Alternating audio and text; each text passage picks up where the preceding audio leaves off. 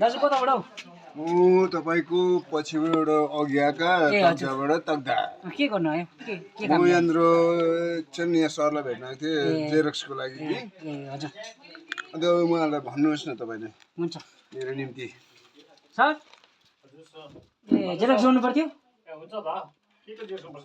Xerox त अब मेरो आफ्नै गर्नु पर्थ्यो हौ सर हजुर हजुर थुप्रै कि भ्याएन हो एकजनाले कि त्यसले गर्दा 10-12वटा जस्तो गरिदिनुहोस् कि भनेर नि यसो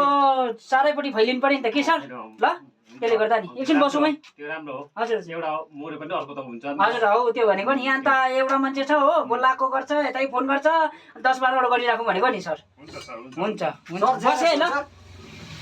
सर जेरक्स हुन्छ हुन्छ सर हुन्छ ए मेरो म 5वटा गर्नु मन थियो हौ सर भोलि होला नि त है होइन अहिले गर्नुपर्छ नि सर